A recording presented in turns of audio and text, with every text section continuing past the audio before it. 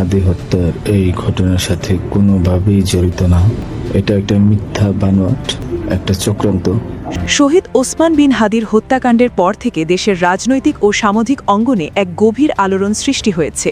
আলোচিত এই হত্যার তদন্ত যখন বিভিন্ন দিক থেকে এগোচ্ছে, ঠিক সেই সময় প্রধান সন্দেহভাজন হিসেবে চিহ্নিত ফয়সাল করিম মাসুদের প্রকাশিত একাধিক ভিডিও বার্তা নতুন করে প্রশ্ন ও বিশ্লেষণের সুযোগ তৈরি করেছে।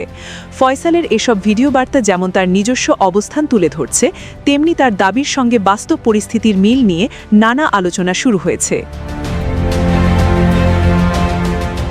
সাম্প্রতিক সময়ে সামাজিক যোগাযোগ মাধ্যমে ফয়সাল অন্তত দুটি ভিডিও বার্তা প্রকাশ করেন।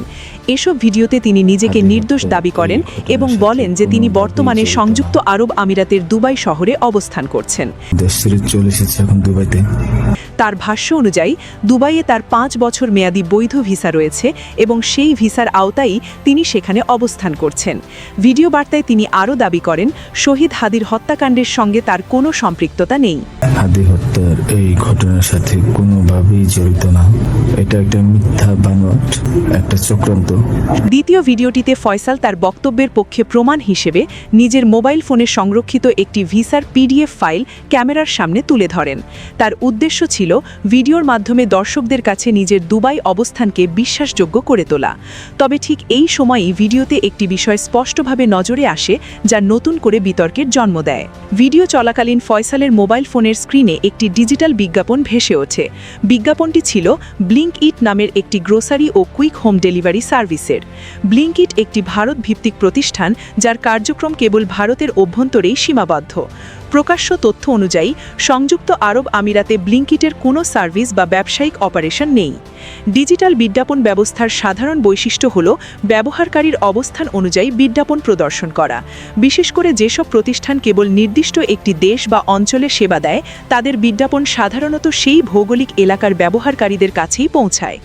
এই বাস্তবতায় প্রশ্ন উঠেছে, ভারতের অভ্যন্তরীণের একটি লোকাল সার্ভিসের বিজ্ঞাপন কিভাবে দুবাইয়ে অবস্থানরত একজন ব্যবহারকারীর ফোনে প্রদর্শিত হতে পারে? এই প্রশ্নের সূত্র ধরেই ফয়সালের দাবিকৃত অবস্থান নিয়ে নতুন করে সন্দেহ তৈরি হয়। বিষয়টি আরও গুরুত্ব পায় যখন বাংলাদেশের কয়েকটি শীর্ষস্থানীয় গণমাধ্যমে ফয়সালের সম্ভাব্য অবস্থান হিসেবে ভারতের আসাম রাজ্যের গুয়াহাটি শহরের নাম উঠে আসে। উন্মুক্ত সূত্র থেকে পাওয়া তথ্য অনুযায়ী চলতি বছরের জানুয়ারি মাসে গুয়াহাটিতে ব্লিঙ্কইট তাদের সার্ভিস চালু করে।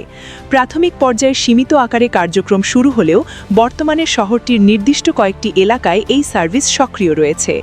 জানা যায়, গুয়াহাটিতে ব্লিঙ্কইটের দুটি স্টোর রয়েছে, একটি জু রোড এলাকায় এবং অন্যটি চাঁদমারি এলাকায়।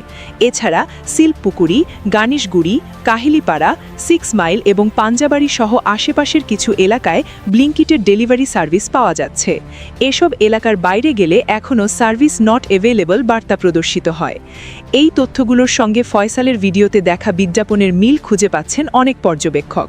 তাদের মতে, যদি ফয়সাল সত্যিই দুবাইয়ে অবস্থান করতেন, তাহলে ভারতের অভ্যন্তরীণের একটি লোকাল সার্ভিসের বিজ্ঞাপন তার ফোনে প্রদর্শিত হওয়ার সম্ভাবনা তুলনামূলকভাবে কম। ফলে ভিডিওতে দৃশ্যমান এই বিজ্ঞাপন তার অবস্থান ভারতের ভেতরে কোথাও হতে পারে এমন ধারণাকে আরও জোরালো করছে।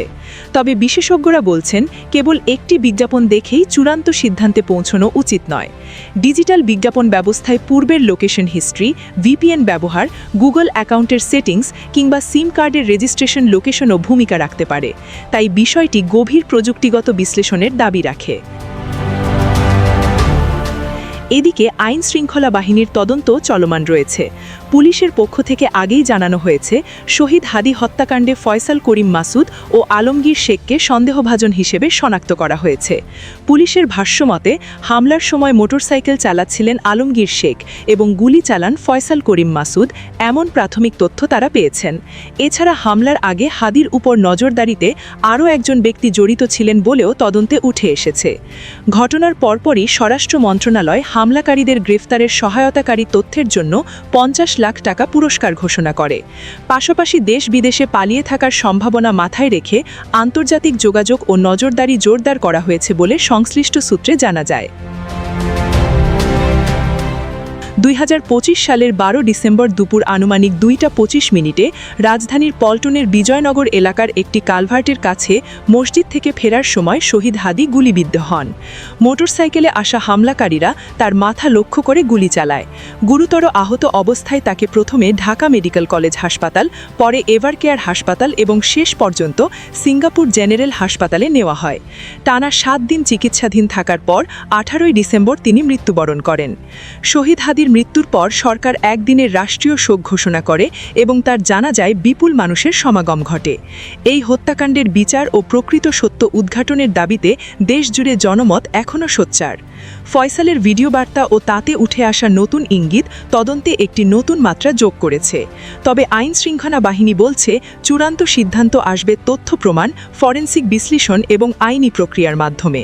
সন্দেহ, প্রশ্ন ও বিশ্লেষণের মধ্য দিয়ে শহীদ হাদি হত্যাকাণ্ডের তদন্ত কোন দিকে এগোবে, সেদিকেই এখন দেশের মানুষের দৃষ্টি নিবদ্ধ।